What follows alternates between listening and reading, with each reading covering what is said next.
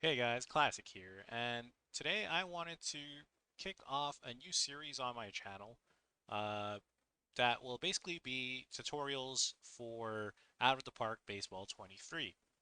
So if you're new to this channel or if you've been around for a while, you may have noticed that I haven't been posting in a few years, and I just recently decided to get back into it because I found some time for gaming once again, and I just wanted to share what I've been doing with you guys in case other people might be interested in these type of games. So for Out of the Park Baseball 23, it's basically a baseball management game. And what we can see here is that I am doing a save for the Colorado Rockies. And in this video, we're going to go over what you do when you get the game and how do you approach it. So this is how I personally approach it. The first thing I do is go into the game settings and I set the game settings to match the values that I like. I'm not going to go through all of it because it's pretty exhaustive. So what I'll do is I'll just go over the things I like to change personally and why. So here in the player rating scales, I changed the overall rating and potential rating to values of 20 to 80. By default, these are represented by stars, but I just feel like when you're looking at a player, you kind of want that player to have, instead of stars, numerical ratings, just like the rest of the statistics the rest of the ratings are already displaying. Because basic batting or pitching ratings, their position ratings, and defensive ratings are numerical by default. I feel like your overall and potential should be reflected by that.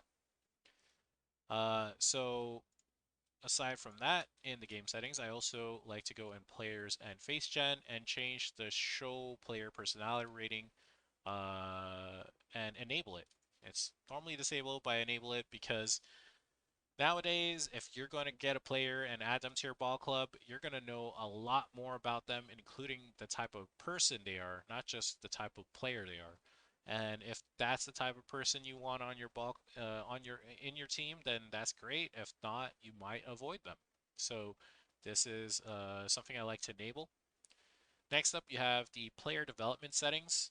Here, the only one I change is the pitcher development speed because it's become such an incredible science. And when you look throughout Major League Baseball, there are so many good pitchers now, either in starting rotations or in bullpens, all around baseball, in the minor leagues, in the majors, and it's in, it's incredible the type of work that they're capable of doing.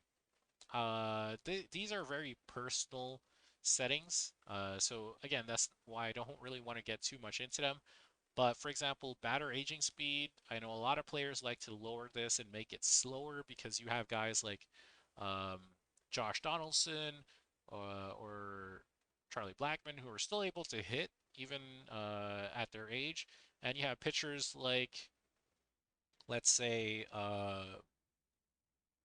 Kershaw, who are still elite pitchers despite their age. So I know a lot of people lowered it. I personally just leave it as is for now. Batter development speed, I know people like to bump that as well, but uh, although I do think there's been a lot of improvements in how hitters approach at bats, I still don't think that it deserves that big of a buff, especially in this game because I feel like pitching in this game is kind of underrated in terms of how well new pitchers um, develop in the majors. Next up, we have the AI settings, which cover trading. So I like to bump up the trading difficulty by one. And then in the ratings weight, by default, ratings weight is set to 60. I set it down to 45 so I could reallocate the rest of the values. Um, so current year stats, I think, is 20, and I set that, or 25, so I set that to 35. Previous year stats is 10, so I set it to 15. The reason I do this is that let's say you have a pitcher who is currently this season pitching a 6 ERA, he's still going to be worth a lot to the AI, and that kind of makes it easier to trade those kinds of guys versus, and it still makes it difficult to trade guys who have let's say 44 pitcher rating, and they're currently pitching a 2 ERA season. And I think that has a big effect on those pennant chasing teams um, in terms of what they're able to get and what they should be looking for. Because if you're looking to win, you're going to look, you don't really care about their overall ratings as much as you care about what they're giving you this season. And so that's why I like to make this a little closer. Previous year stats, I also like to bump up because if you had a good season last season, chances are during the off season, teams are going to look at your player a little differently. And finally, I also change here the lineup selection from traditional to sabermetric because, again, given these modern times, data analytics play a major role. If you just look at infield shifts in baseball right now, it's such a hot topic that they're looking to ban shifts in next season. So um, I set it to sabermetric. I personally feel like it has a more realistic feel to it. Almanac, online leagues, database, I don't touch. When it comes to the league settings, the only thing I change is in the options, and I change, I think it's called the silver stick to the silver slugger, and the great glove to the gold glove. And this is just aesthetic changes that make me feel better about myself. Next, I look at my manager's office and go and use a mail, and I check what my owner wants. Here for the Colorado Rockies, he's looking for us to play 500 ball, upgrade our center field, and keep building the team until it can reach the playoffs in the next 5 seasons. So, just a side note here, I will be doing a series with the Colorado Rockies rebuild. So keep an eye out for that. But that probably won't come out until the end of the tutorial series. And I'll also be doing a Blue Jays series because I want to kind of have that contrast of a team in its rebuilding phase and a team that's currently contending because those are different realities for different teams and it could be very interesting. Uh, so just looking at this, they want me to upgrade my center field, so which makes sense. In Coors Field, a lot of balls head that way. So what do you do? After you've sized this up, I like to personally go into um, my players list and look at the players I have. So what I'll do is I will go into the player list because I can view all my players and change the views here. Here I can see I have two center fielders or two players that are ready to play center field. And if we look at their fielding ratings, we'll see that they are two of the best in terms of outfield range, outfield error, and outfield arm. We also have Randall Grichuk, who should be able to cover in center field. And funny enough, he was traded to the Rockies by the Blue Jays. Um, so what we're going to do is assess the needs of the team. So if I sort by position, I'll see here that I only have one second baseman, one first baseman that I should be able to get out of one of these out of these four third basemen. So I should be able to convert one of them, probably the better bat into a first baseman, depending on what his statistics are. So like Montero here, not the best defensive player, still marginally better than Connor Joe. So I might put him as my second first baseman.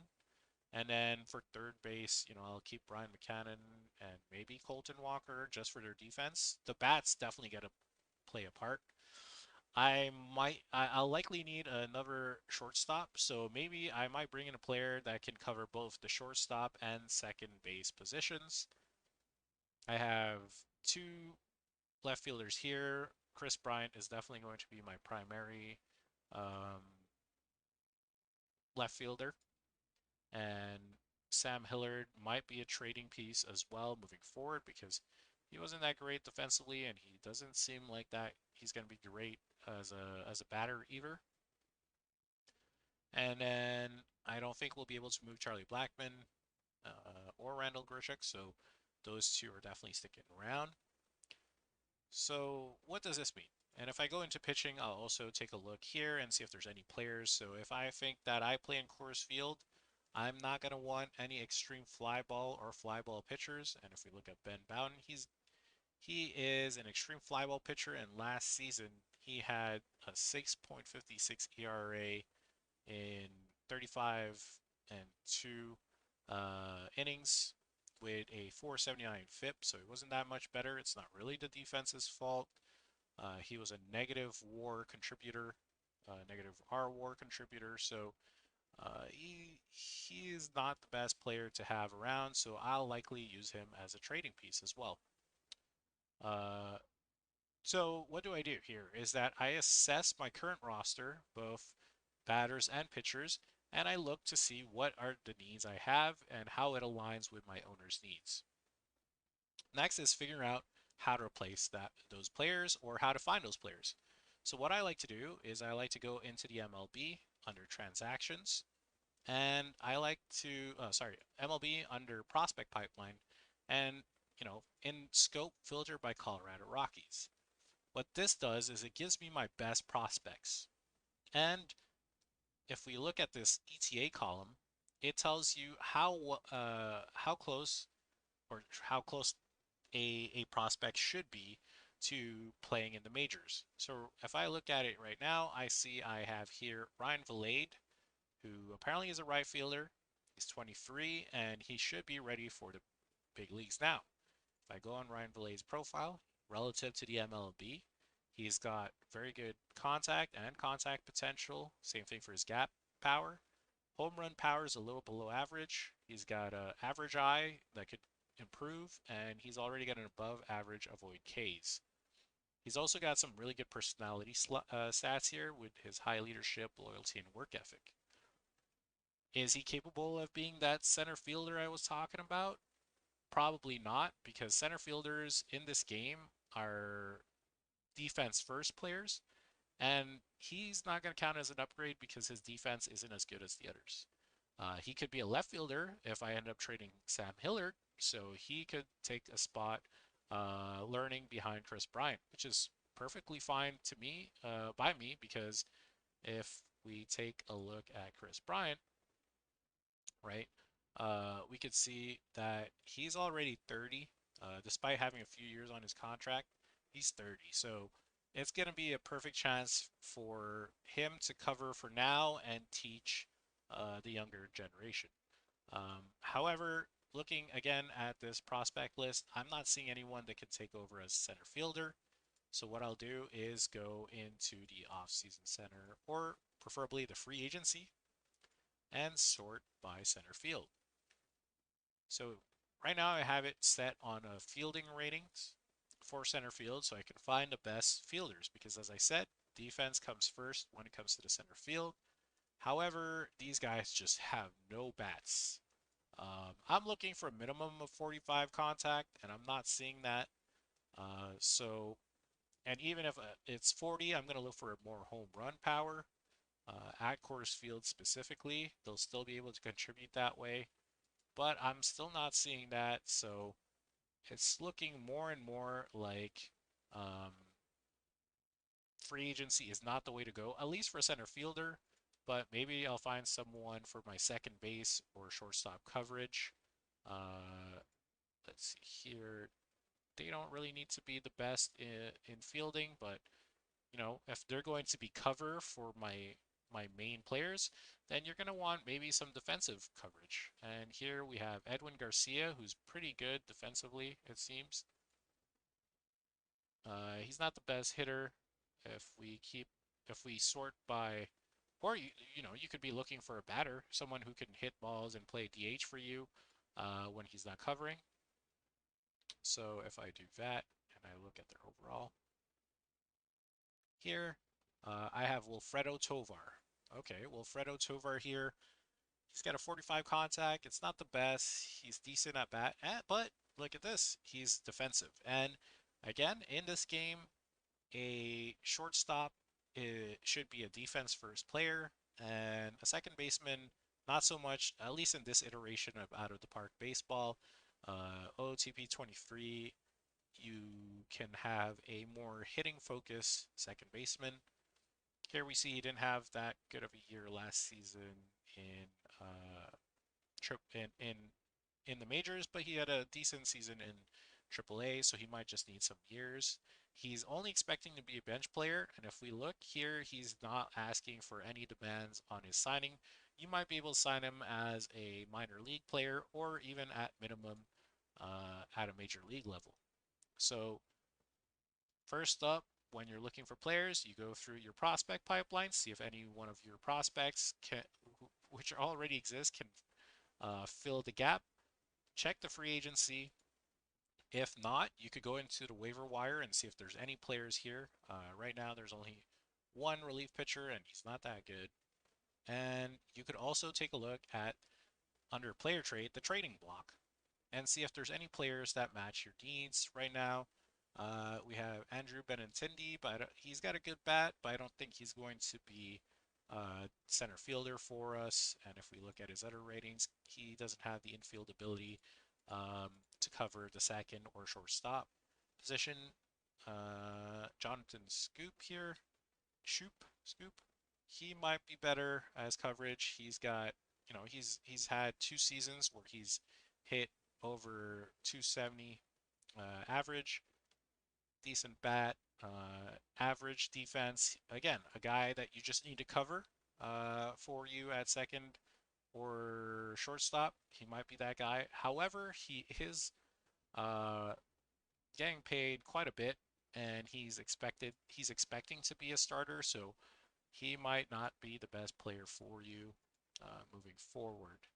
So what else can you do if you don't find anyone in your prospects, you don't in your prospect pipeline, you don't find anyone in free agency, and you don't find anyone in the waiver wire or on the player trade?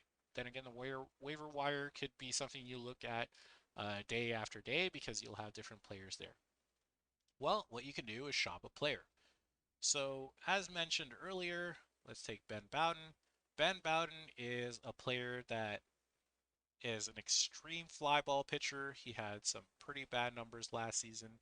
So I'm willing to let him go, but I need a center fielder, so I'm going to shop him around. By doing so, I'm going to get a few offers here. So I have, let's see, we have Lurie Garcia. Outfield defense isn't amazing. Uh, he's 30 and he has 3 years on a 5.5 million per year. We have Andrew, who we saw, not ideal. We have Harold Castro here. He's playing second baseman for the Tigers, which, something we're looking for. But if we look at his ratings, they think he could play outfield. He has a 60 in outfield range and 50s on chance of error and on his arm. He's relatively cheap, low loyalty and adaptability, okay bat. He might be some guy that we're interested in on the cheap. I don't know if it's going to be considered an upgrade, but it's still pretty good. You got Cody Bellinger, who is at 17 million for the year, and then he enters arbitration. High work ethic, high intelligence, pretty good defensive stats, a capable bat. Bad numbers last season. So, but he has a history of success, and we're going to talk about bringing these stats up. What's the best way to help bring these stats back up? We could look at Kevin Kiermaier, 12 million over 2 years. He has some pretty decent stats last season. He has even better defensive abilities than Cody Bellinger, also high work ethic and intelligence, and a comparable bat. He's 12 million over 2 years. And when it comes to the trading page, you could do something like this, where you literally just say, hey, can you take 45% of Kevin Kiermaier's contract? So instead of paying him his $12 million, you'll only pay him 5.9 million. And they seem willing to make the trade right here, just like that. You could also bump it up and see what else they'll do, but that's kind of the kind of things you could do. Uh, So, this is one of the ways you can do it, and negotiating trades and stuff like that. Personally, for me, is one of the most fun things you can do in this game. Trying to build the right players and moving the pieces you need to move. And sometimes you'll need to give up, something, someone of value to get someone of value in return. So this is one of the ways you're going to be able to do it. And so aside from your prospect pipeline, your free agency, waiver wire, and the trading block and shopping a player around, if you can't find a player, then chances are you'll need to wait before you can make something happen. And, it's a long season. There are a lot of games to play. There are a lot of injuries that might happen, and players might become available if they don't have the best season. So, you've gone for your team now. You've improved it where you can. You've tried to match what your owner wants. What do you do next? Well, next up for me personally is the front office personnel, and I look to improve my team's coaching. And as I mentioned earlier, if we looked at someone like Cody Bellinger with pretty low statistics last season, a good hitting coach might be able to change that and turn it around. So if we're looking here at Dave Magadan, who's our current hitting coach, he has an excellent teach hitting ability. If we look here at the standings and we go into the Los Angeles Dodgers and we look at their front office and their personnel and we look at their hitting coach, he has an excellent one as well. So, what is his relationship? We can't really see, but he has an excellent teach hitting. So, why did Cody Bellinger not hit that well? Well, it's possible that his relationship with Cody Bellinger, which we can't see here, maybe we could, no, we can't set it here, is that it's pretty low, right? So maybe that's why Cody Bellinger wasn't able to hit as well as he did. Also, excellent is good and all, but it's not the best. There are hitting coaches out there that can teach hitting. If we look here and customize, and the only thing that really matters for a hitting coach is to teach hitting that have legendary hitting coach abilities. And so if you look at someone like Joey DeMonte, who has excellent hitting, he is going to very likely help someone like Cody Bellinger hit better. And he only affects batters. And so it doesn't matter what his relationship is with the pitching staff, as long as he has a good relationship with your batters. And so I would bring Joey DeMonte on, and not only would he improve, my current batters, but he'll improve my batters moving forward as they join uh, the major league team as they make the show. So I will play around with my staff. My hitting coach, my pitching coach will be the same thing. I'll look for a legendary pitching coach, as you see here. An offer is out. For the first base and third base coaches, what you're going to want to do is find a coach who has excellent stats in these. So right now, Scott Austin has excellent teach catching, teach defense, infield defense, teach outfield defense, and teach running. He has outstanding.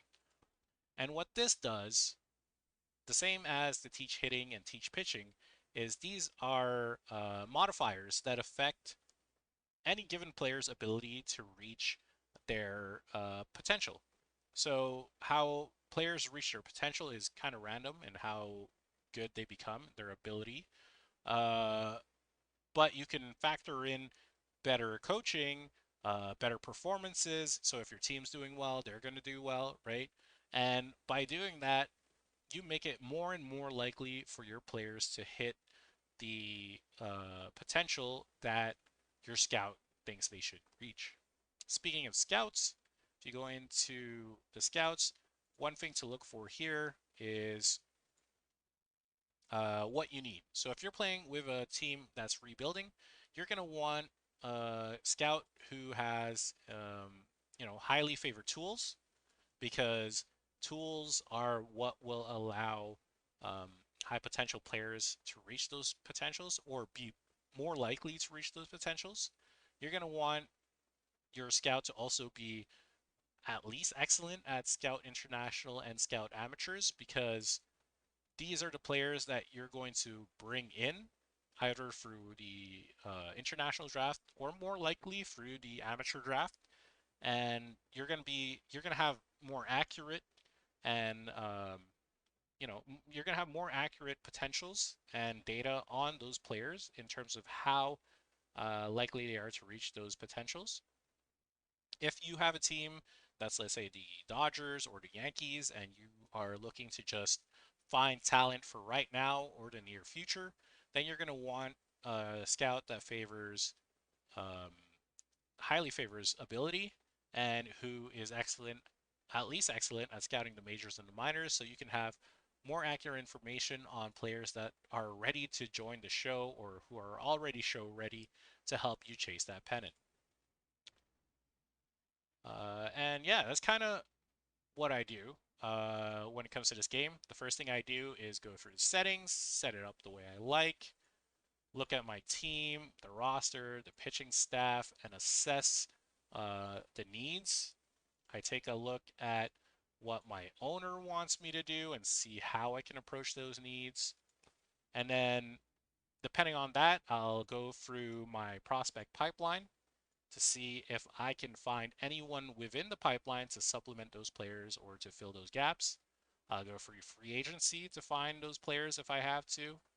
I'll go through the waiver wire. I'll go through the trading block. I'll shop the players I don't need around for the pieces I need. And then I will work to find the best personnel I can for my team, because they will greatly help you achieve your goal of winning the pennant and developing your players. Uh, One other thing here is the player development.